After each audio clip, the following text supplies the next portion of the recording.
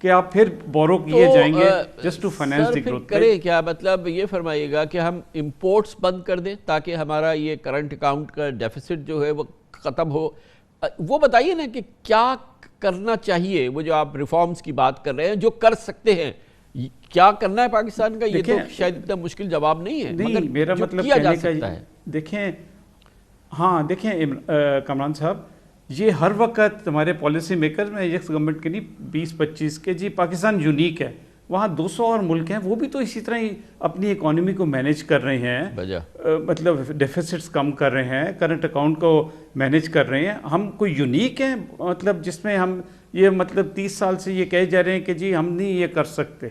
تو coming back دیکھیں بات یہ ہے کہ آیا یہ as a society as a country ہمیں یہ فیصلہ کرنا ہے کہ جی ہم اسی طرح کبھی سعودیوں سے بھیک مانگ رہے ہوں گے, کبھی چینیوں سے بھیک مانگ رہے ہوں گے, کبھی IMF کے پاس جائیں گے. ہمیں کہیں تو یہ چیز کم کرنی ہے نا. ابھی اگر آپ, مجھے کوئی یقین نہیں ہے کہ $1 بلین جو اب آ گیا ہے اس سے ہم over next let's say 3 years ہماری اسٹیبلٹی یا میکرو امبیلنسز کم ہوں گے, کیونکہ ہمارے جو طور طریقے ہیں. تجزیے سے 100% ایگری کر رہا ہوں, 100% ایگری کر رہا ہوں. مجھے صرف وہ اسپیسیفک ڈوبلز بتا دیجئے جو کہ فوری کیے جا سکتے ہیں اور یہ حکومت نہیں کر رہی اس کرائسس سے نمٹنے کے لیے. دیکھیں let's say fiscal side is always easier, اس لیے کہ وہ آپ کے کنٹرول میں ہے. ایکسٹرنل سائیڈ تو اگر ایکسپورٹ نہیں ہوتی یا امپورٹ, اچھا فسکل سائیڈ پہ جو انہوں نے میجرز لی ہیں میں سمجھتا ہوں کہ for better would have been کہ آپ ویلتھ ٹیکس لگائیں, جو امیر طبقہ ہے اس پہ ٹیکس لگائیں, رادر دین آپ نے GST 350 بلین کے اور ایڈ کر دیے. دیکھیں نا انڈائریکٹ ٹیکسز ہمارے ملک میں بہت بڑھ گئے ہیں. سو دوسرا تھوڑا ایکسپینڈیچر کنٹرول کریں. آفٹر آل یہ کب تک ہوگا کہ ہمارا فسکل ڈیفیسٹ 20 سال سے کوئی 6 سے 7% پہ چل رہا ہے. بنگلہ دیش کا 3 ہے. ہم ٹیکس بڑھائیں گے, ٹیکس لگائیں گے اور ویلتھ کریشن کو ہم ڈسکریج کریں گے تو گروتھ ہوگی؟ بالکل ہوگی. دیکھیں نا بات یہ ہے ویلتھ کریشن. دیکھیں ابھی مطلب ارجنٹینا نے ویلتھ ٹیکس لگا دیا, انہوں نے کہا کہ جی 2 سال کے لیے ہم نے ویلتھ ٹیکس لگایا کیونکہ ہمارے پاس اور طریقے نہیں ہیں ٹیکس ریز کرنے کا. آپ کب تک ایک انڈائریکٹ ٹیکس پہ انحصار کریں گے؟ دیکھیں میں اس میں کوئی سلور بلٹ نہیں ہے کمال صاحب, یہ ایک بڑی ڈیلیبریٹ اور ایک کنسنسس کے طریقے سے آپ نے ایک رائٹ پاتھ پہ آنا ہے, اور وہ کنسنسس پولیٹیکل کنسنسس چاہیے کہ یہ چیزیں, مثلا SOE کا ریفارم ہے, PIA 20 سال سے کہہ رہے ہیں جی ہم پرائیویٹائز کریں گے, کیوں نہیں کرتے پرائیویٹائز؟ بہت شکریہ جناب. عابد حسن ہمارے ساتھ موجود ہیں, وہ ورلڈ بینک کے IMF کے کنسلٹنٹ رہ چکے ہیں, پاکستانی معیشت پہ بہت امپورٹنٹ اپنا ایکسپرٹ انالیسس دے رہے تھے. کمرشل بریک, اس کے بعد ذکر کریں گے. کراچی بہت ہی دلچسپی سے دیکھ رہا ہے.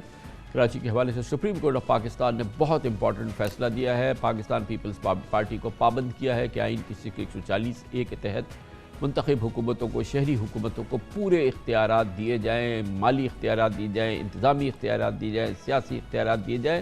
دوسری جانب شہر میں اس پورے ماحول کے حوالے سے جو پیپلز پارٹی کی 14 سالہ حکومت کے دوران ہے تیار ہوا ہے, اس پر اب شدید احتجاج ہو رہا ہے. اس دوران پیپلز پارٹی اور جماعت اسلامی کے درمیان ایک معاہدہ ہوا ہے. جماعت اسلامی کہتی ہے کہ اس کے مطالبے پورے ہوئے ہیں, کراچی کے مطالبے پورے ہو گئے ہیں. کیا واقعی ایسا ہو گیا ہے؟ یہ ہم پوچھیں گے جناب حافظ نعیم الرحمان سے, جماعت اسلامی کے امیر سے, چھوٹے سے وقفے کے بعد. کراچی جو پاکستان کے خزانے میں 56% کنٹریبیوٹ کرتا ہے, سندھ کے خزانے میں 96% کنٹریبیوٹ کرتا ہے, اس کے باوجود یہاں پانی, بجلی, سڑکیں, صفائی کا نظام, بنیادی سہولتیں نہ ہونا ایک بہت ہی سنگین معاملہ ہے. اور اس پورے ماحول میں کراچی کی یتیمیت, کراچی کی مسکینی اس وقت نیشنل فوکس میں ہے. اس کی بہت بڑی وجہ حالیہ دنوں میں بنا سپریم کورٹ آف پاکستان کا فیصلہ, جس میں 2 ٹوک انداز میں حکومت سندھ سے کہا گیا ہے کہ آئین کی سیکشن 140A کے تحت کراچی کے حوالے سے شہری حکومتوں کو وہ تمام اختیارات دیے جائے جو یہ آئین کی شک کہتی ہے, جس کا مطلب یہ ہے کہ شہری حکومتیں, اس کے میئرز مکمل طور پہ خود مختار ہوں, سیاسی طور پہ, انتظامی طور پہ اور مالی طور پہ. یقیناً اگر ایسا ہو جاتا ہے تو دنیا کے کسی بھی مہذب ملک کے ایک بڑے شہر کی طرح کراچی کو بھی اس کا نظام مل سکتا ہے اور کراچی کے حالات کی بہتری کا ایک سفر شروع ہو سکتا ہے. اسی پس منظر میں اور اس سے پہلے ہم نے دیکھا کہ کراچی کے عوام بھی اور کراچی سے منسلک سیاسی جماعتیں ماں سوائے تحریک انصاف کے انہوں نے اس سلسلے میں کاوش کی ہے اور کوشش کی ہے کہ ایک احتجاج کی فضا جو کہ کراچی کی دل کی آواز ہے اور کراچی کے 2.5 کروڑ لوگ کراچی کے ساتھ انصاف چاہتے ہیں، اس حوالے سے ایک بڑی ڈیولپمنٹ پچھلے ماہ ہوئی تھی جب کراچی کو حق دو تحریک سے متعلق جماعت اسلامی نے سندھ حکومت کے متنازعہ بلدیاتی قانون کے خلاف 29 روز کا دھرنا دیا۔ تحریک کراچی کے حقوق کے حوالے سے کسی بھی تحریک کا یہ سب سے مؤثر مظاہرہ تھا۔ جماعت اسلامی نے کراچی کو مالیاتی، انتظامی اور سیاسی طور پر یعنی کہ آئین کی 140 کی طرح بااختیار بنانے کے لیے اپنا موقف دیا تھا۔ سندھ حکومت نے بلدیاتی قانون میں تبدیلی کی، اب اطلاعات کے مطابق جماعت اسلامی سے مذاکرات کی اور پھر اس کی تبدیلی کی حامی بھری۔ ایک معاہدہ بھی جماعت اسلامی کے ساتھ طے پایا۔ کل اس حوالے سے پیش رفت ہوئی اور وزیر اعلیٰ مراد علی شاہ نے جماعت اسلامی کے وفد سے ملاقات کی اور بتایا کہ صوبائی کابینہ نے معاہدے کی منظوری دے دی ہے اور وہ 2 ہفتے میں ترامیم کابینہ سے منظور کرا کے اسمبلی میں پیش کر دیں گے۔ ہیلتھ اور ایجوکیشن کے ادارے جو لوکل گورنمنٹس کے پاس تھے، ہم نے قانون میں کہا تھا ہم لے لیں، لیکن جماعت اسلامی کا یہ خیال تھا کہ یہ ادارے آپ یونیلیٹرلی نہ لیں، میوچل صلاح مشورے سے ہی بات ہو سکے، ہم یہ بات مان لی، بالکل ہونا چاہیے۔ واٹر بورڈ میں اعتراض تھا، واٹر بورڈ کو دوستوں کا خیال تھا آپ دے دیں میئر کو، ہم نے یہ بات بھی مانی۔ فائنانس کمیشن کے حوالے سے بات کی، ہم نے اس میں بھی، اور وہ ہم پہلے سے طے کیا ہوا تھا کہ جی فائنانس کمیشن کو ہم نے ٹائملی اس میں پھر کہا کہ جی شکیں ڈال دے پراپر قانون میں، وہ ہم ڈالنے کے لیے تیار ہوئے۔ باقی جو ادارے ہیں ان کے اندر ریپرزنٹیشن ہو 3rd ٹیئر کی، کے ڈی اے ہو گیا، ایم ڈی اے ہو گیا، ایل ڈی اے ہو گیا، وہ ہم مان لیا کہ جی یہ بھی ہو سکتا ہے، وہ بھی ان قوانین میں ہم یہ چینجز لے آئیں گے۔ اگلی کابینہ جو 2 ہفتے میں ہوگی اس میں یہ ترامیم لے آئیں گے اور انشاءاللہ تعالیٰ یہ ترامیم جو ہماری اگریمنٹ یہاں ایک انڈرسٹینڈنگ ہوئی ہے اس کے تحت وہ 2 ہفتے میں اگلی کابینہ میں ہو جائیں گی اور اس کے ایک دم بعد ہم امیڈیٹلی دیر آفٹر اسمبلی کا سیشن بلائیں گے تاکہ یہ ترامیم جو قانون میں ہونی آ جائیں۔ 2 روز قبل چیف جسٹس گلزار احمد نے اپنے دور منصب کے آخری روز سندھ میں بلدیاتی اختیارات سے متعلق جو ایم کیو ایم کی درخواست پر فیصلہ دیا تھا، اس میں خاص طور پہ جیسے میں نے آپ کو پہلے بھی بتایا آرٹیکل 140A کے تحت لوکل گورنمنٹ کا قیام عمل میں لانا ہے۔ سندھ حکومت تمام قوانین میں آئین سے مطابقت پیدا کرنی ہے۔ سپریم کورٹ کے فیصلے کے تحت لوکل گورنمنٹ ایکٹ 2013 کی شق 74 اور 75 کا عدم قرار دینی ہے اور سندھ حکومت با اختیار بلدیاتی ادارے قائم کرنے کی پابند ہوگی۔ اب سندھ حکومت نے سپریم کورٹ کے فیصلے پر بھی ایک کمیٹی بنا دی ہے جو دیکھے گی کہ فیصلے کے کن حصوں پر عمل درآمد کرنا ہے، گویا وہ خود فیصلہ کرے گی کہ کس فیصلے کی کس شق پہ عمل کرنا ہے، کس پہ نہیں کرنا ہے۔ سندھ حکومت کے مطابق سپریم کورٹ کے فیصلے کی جو شقیں کلیئر نہیں، کمیٹی اس کے لیے عدالت سے رجوع کرے گی۔ دوسری جانب پی ٹی آئی جسے کراچی والوں نے قومی اسمبلی کی 2018 کے الیکشن میں اور صوبائی اسمبلی کی 22 نشستیں دلوائی تھی، کسی عملی قدم کے بجائے سندھ میں بلدیاتی قانون میں ترمیم سے متعلق پیپلز پارٹی اور جماعت اسلامی پر گٹھ جوڑ کا الزام لگا رہی ہے۔ بہرحال سوال یہ ہے کہ پیپلز پارٹی نے کراچی شہر کو جو 14 سال میں نہ دیا، کیا آپ دے دے گی؟ کیا جماعت اسلامی نے پیپلز پارٹی سے واقعی کراچی والوں کے لیے کوئی اچھی ڈیل حاصل کی ہے؟ اور کیا واقعی یہ معاملہ جو ہے اس میں پیپلز پارٹی کسی صورت سے سیریس بھی ہے؟ ان تمام سوالوں کا جواب دینے کے لیے ہمیں جوائن کریں جناب حافظ نعیم الرحمان، امیر ہے جماعت اسلامی کے کراچی میں۔ بہت بہت شکریہ حافظ صاحب۔ مذاکرات بھی کر لیا، آپ نے دیکھا کہ پورا شہر آپ کی طرف دیکھ رہا ہے اور پیپلز پارٹی کا پس منظر دیکھتے ہوئے اس کو بڑا شک ہے۔ بہت بڑا رسک لیا ہے آپ نے کہ آپ نے یہ ختم کیا یہ سارا معاہدہ اور اتنی محنت بھی کی آپ لوگوں نے، آپ کے تمام کارکنان نے، لیکن اگر یہ واقعی ایک دھوکے کا کام نکلتا ہے یا ایک محض سیاسی ڈرامہ بنتا ہے تو اس کی بڑی کاسٹ ہے۔ پھر نہیں، کوئی کاسٹ نہیں ہے کامران صاحب۔ جماعت اسلامی اب جس طرح سے گیئر اپ ہو چکی ہے اور جس طرح اب لوگ بھی جماعت کی اس تحریک کے پیچھے آئے ہیں، اول تو یہ ہے کہ ہم اب بھی امید رکھتے ہیں اور جس طرح سے وہ جیسچر دے رہے ہیں، ظاہر ہے کہ ہم ظاہر پہ ہی جا سکتے ہیں نا، ہم کسی کے دل میں تو نہیں دیکھ سکتے۔ جس طرح وہ جیسچر دے رہے ہیں، جس طرح انہوں نے کابینہ سے منظوری لی اس معاہدے کی، ظاہر ہے پارٹی کے ساتھ معاہدے کی کوئی والی تو پوزیشن نہیں ہوتی، انہوں نے منظوری لی اور منظوری کے بعد انہوں نے کہا کہ اب ہم 2 ہفتے کے اندر جو ہے وہ ترمیم لائیں گے، تو ہم اس کو فالو کر رہے ہیں۔ نہیں کریں گے تو سندھ اسمبلی بھی کتنی دور ہے اور سی ایم ہاؤس بھی کتنا دور ہے، ہم تو اب نہیں چھوڑیں گے انشاءاللہ تعالیٰ۔ اب ہم اس معاہدے پر عمل درآمد کروائیں گے اور اس معاہدے میں دیکھیں سب سے اہم بات یہ ہے کہ جو کورٹ کا فیصلہ تھا وہ تو 2013 کے تناظر میں تھا، 2021 کو تو اس میں ظاہر ایڈریس نہیں کیا گیا تھا۔ ہم نے پہلا کام یہ کیا کہ 21 میں جو انہوں نے، اس کو ہم کالا قانون کہتے تھے کہ تعلیم اور صحت کے ادارے، وہ تو واپس کریں، اس کے لیے وہ تیار ہوئے۔ پھر جس چیز پر ہماری کئی دن تک ان سے جھگڑا چلتا رہا وہ واٹر بورڈ تھا، پتہ نہیں وہ کیا سونے کی چڑیا ہے کہ جس کی وجہ سے وہ مان ہی نہیں رہے تھے، لیکن ہم نے کہا کہ جب تک آپ اس کو چیئرمین نہیں کریں گے آگے بات نہیں ہوگی۔ انہوں نے پھر اس کو ایگری کیا کہ میئر چیئرمین ہوں گے، solid waste management Karachi chapter کا ہوگا۔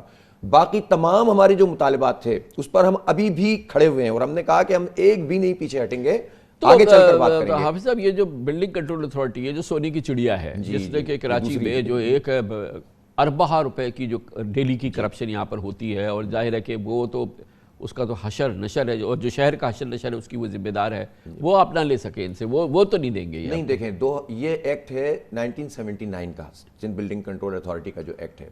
اچھا، یہ نعمت اللہ خان صاحب کے زمانے میں بھی اس طرح سے ڈیوالو تو نہیں ہوا تھا، البتہ چونکہ خان صاحب کا ایک بہت ہی بڑا اسٹیچر تھا تو بہت ساری چیزیں آہستہ آہستہ ان کی بات چلنے لگی تھی اور چیزیں بہتر ہونا شروع ہوئی تھی۔ انفارچونیٹلی اس کے بعد پھر یہ کام نہیں ہو سکا، پھر ان کی اتحادی حکومت آ گئی ایم کیو ایم اور پیپلز پارٹی کی، اسی دوران میں تمام 2013 کا ایکٹ بھی آ گیا، سارے اختیارات بھی چلے گئے، تمام M D A L D A, دیکھیں M D A L D A اور کے ڈی اے یہ 1993 اور 96 کی بات ہے جب یہ بنے تھے۔